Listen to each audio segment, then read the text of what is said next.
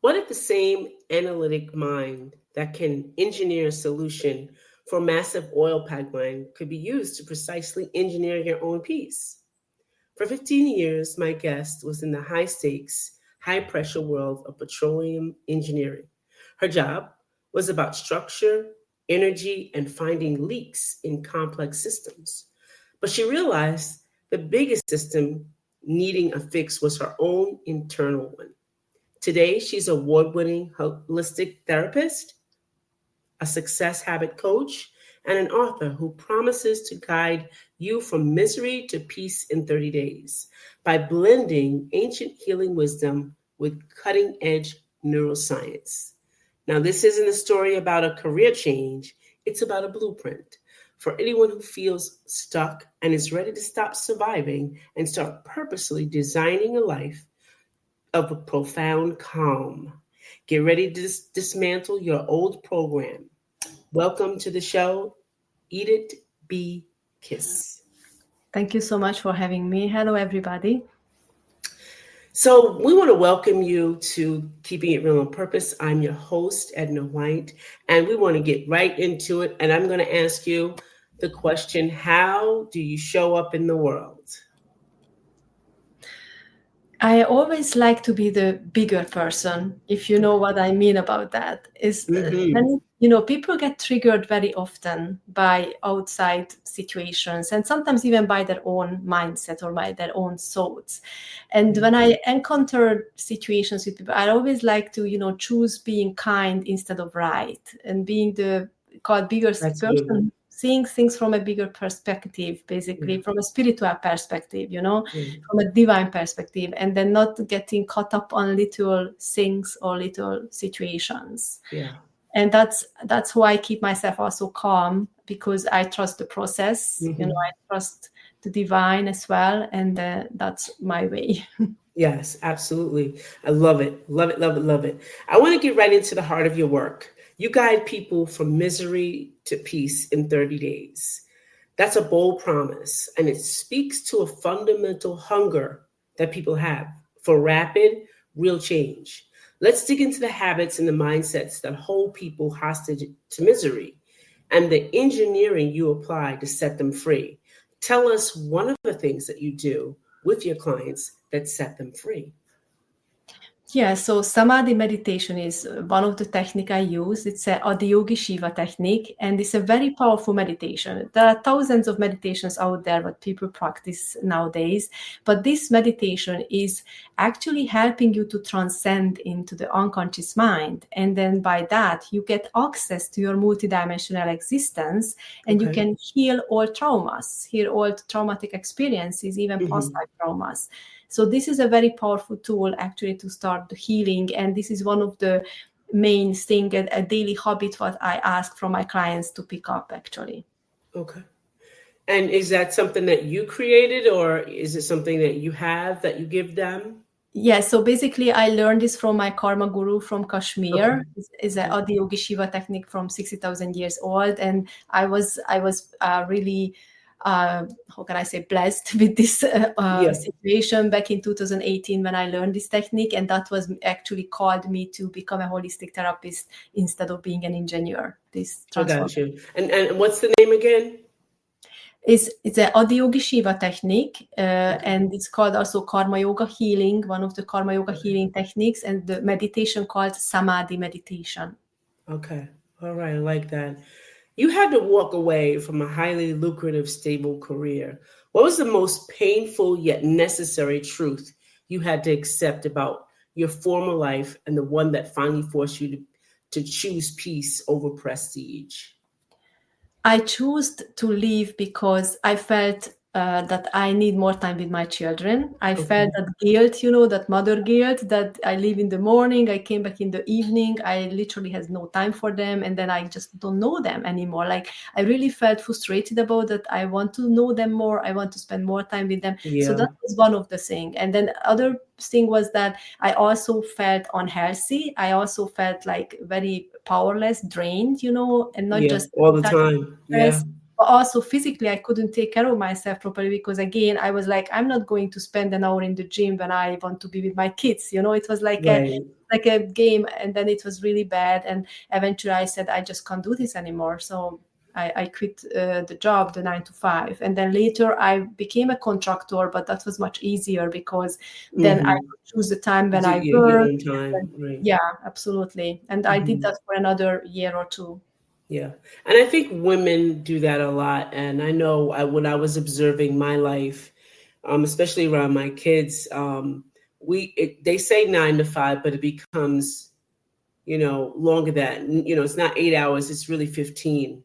The travel, and then the constant, you thinking about it, it really expands in hours. But I gave up my job because I looked around and my son was 13, at one time, and the next time I looked up, he was 16, and I was like, what happened? It's like I was lost. So I said, okay, I have to cut my losses with this job because I was staying there all the time.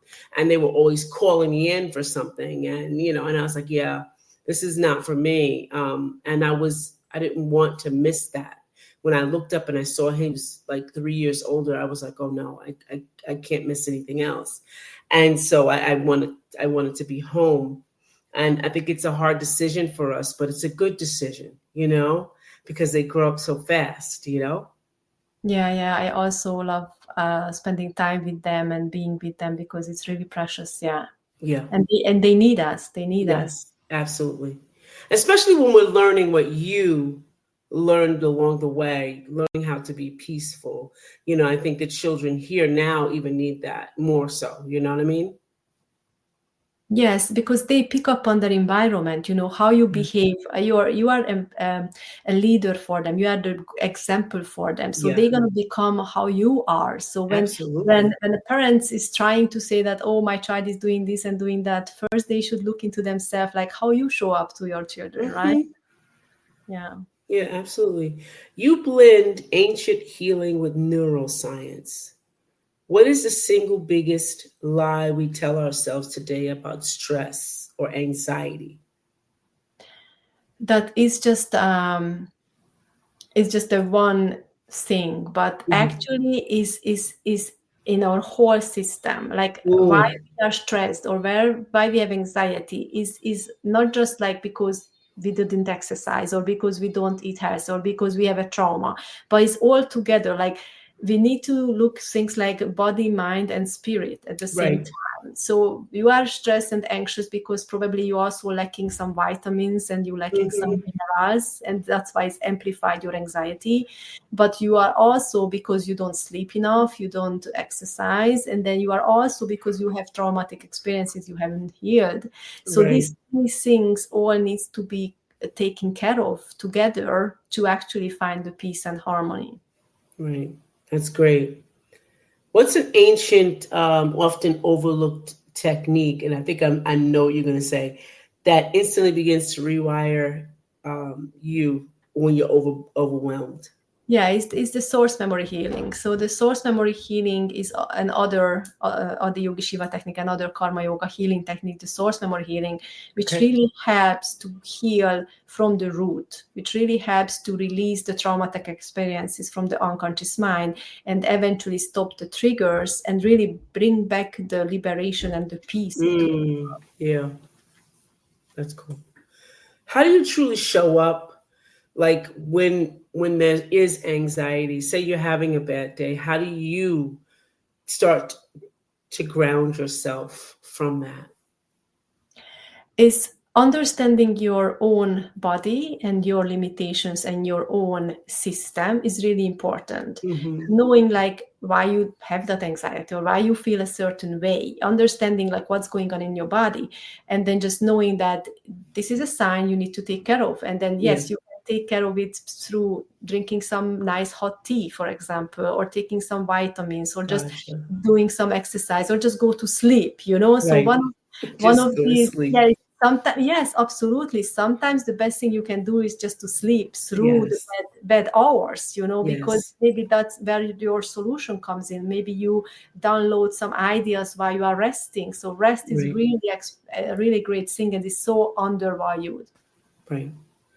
That's great. That's really good. You focus on success habits, and I know that you are a habit coach, which you're the first I ever met. So thank you for being here. If a person's life is only the sum of everything that their habits, what's the least, I guess I want to say, sexy or most overrated success habit that people have? Is what we eat.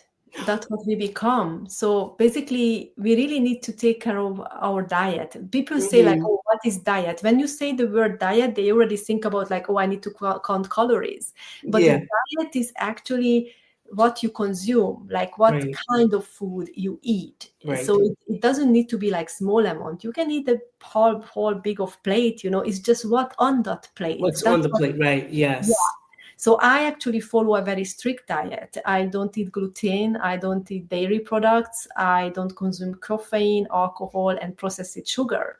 And Mhm. I came to that situation actually in a very strange way because back in 2016, when I became a Reiki master, I started to heal myself with the Reiki master science and Gotcha. very powerful energies.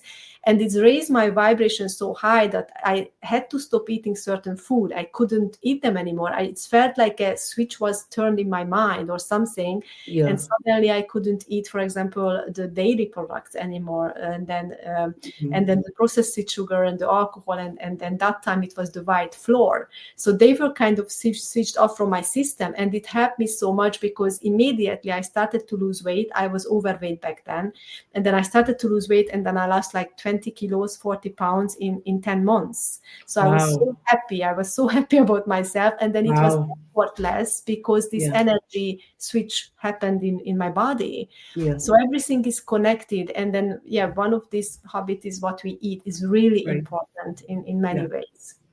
I'm gonna tell you, you're right up my alley. I think I had a weird experience with gluten as well. I moved to China for a bit, and I didn't eat the same things I eat here in America.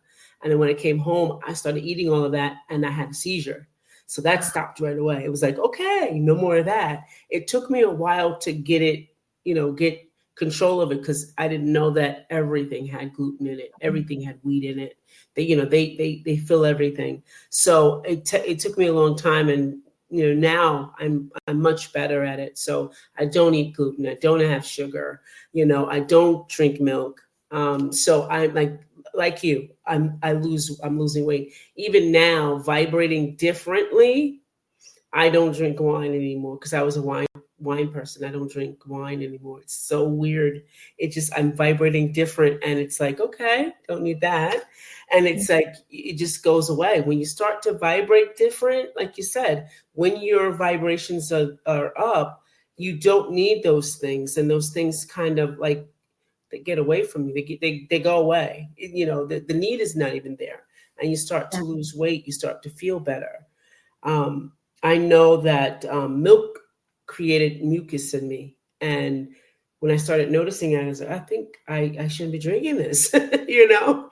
But again, it takes a lot of effort because you have to read everything. You have to read Yeah, everything, yeah, the and details, I would labels. go Yeah, into the grocery store with my glasses on before they had gluten products, gluten-free products, right? And I would read everything. And then the other thing was MSG. No clue. I was highly allergic to it. No clue. But I think all of this is happening. Like you said, all of it's connected. When you start to vibrate at a higher frequency, those things that you used to could do, you can't do anymore. yeah, You yeah. know, Your body rejected. Yeah. yes, that's the word, rejects it. And I Mhm. used to say, my body's just doing what it wants to do. Every year, there's something new that I'm not eating. Every year, something new, gone. It's out of there. So it's like it's exciting to hear you say what you just said, or the audience knows that I'm on this journey of like vibrating to my highest self, and I'm loving the whole journey of it. I'm glad that you're here to kind of bring those things together. So a lot of people feel like their true self is trapped by their history. Could be their food, as we were talking about. If you give your clients a single powerful tool to delete the emotional attachments to their worst regret, what would it be? If it's working on some past traumatic experience or something Hmm. in the what happened in the past and they are aware of that, I would use the source memory healing basically to go into those memories and release them. If Okay. it's about if it's about feeling stuck and they don't have the clarity where to move forward, then Hmm. already the samadhi meditation would help them to see some more visions, for Right. themselves, or to Right. receive some ideas. Right. Okay. So let's bring neuroscience into this. What I just asked you, how would you help them in the neuroscience part of it? So basically, the Adiyogi Shiva techniques, the meditation and the source memory healing, they are part Hmm. of the science of consciousness. Because now, I mean, they existed, the sciences exist all the time and they Right. were existed for 60,000 years. It's just there are certain things which is now explained more scientifically. Right. Like, for example, the brain waves, like when you Hmm. meditate and then you actually activate the pineal gland and then you go into lower brain waves, you transcend, then you go into delta brain waves and theta brain waves. Now they Right. can actually measure it, and they measure Okay. it now and they say, yes, when you are in theta or delta brain waves, what you visualize, you can manifest it better, or if you do your subconscious reprogramming in theta brainwaves, is actually giving you a better result. So that's what Right. actually scientifically proven with neuroscience right now. Yeah. Okay. Yeah. Yeah, I know that to be true. Yeah, that's right. There, it's bringing it all back together. Such great remembrance for us, right? Yeah. Remembering who we really are, right? Yes, absolutely. Yeah, it's great. So if there was anybody out there that was just, really trying to deal with trying to find their peace, can you give them, just some words of wisdom around what you do on how to help get out of that or get some more peace? Yeah, so there is only three things what you can control, and that's your own thoughts, your own emotions, and your own actions. Oh, So if you are mindful, if you actually become mindful, then you actually focus on these three things to control these three things, and then you can find more peace. And then you realize that, yeah, what you cannot control, you need to let it go, basically. Otherwise, it's mm-hmm, gonna disturb you, right? mm-hmm, So you need to control your thoughts because you need to have positive thinking to have positive emotions. If you always assume bad things, if you always worry, if you're always in fear, then you're creating negative emotions. You are always sad or right, angry or disappointed. And because you have negative emotions, you basically make yourself sick, through that negative emotions, because you're blocking your energy centers, you blocking the energy from your gland systems, your organs. So basically you making yourself physically sick being in those oh negative wow, emotions.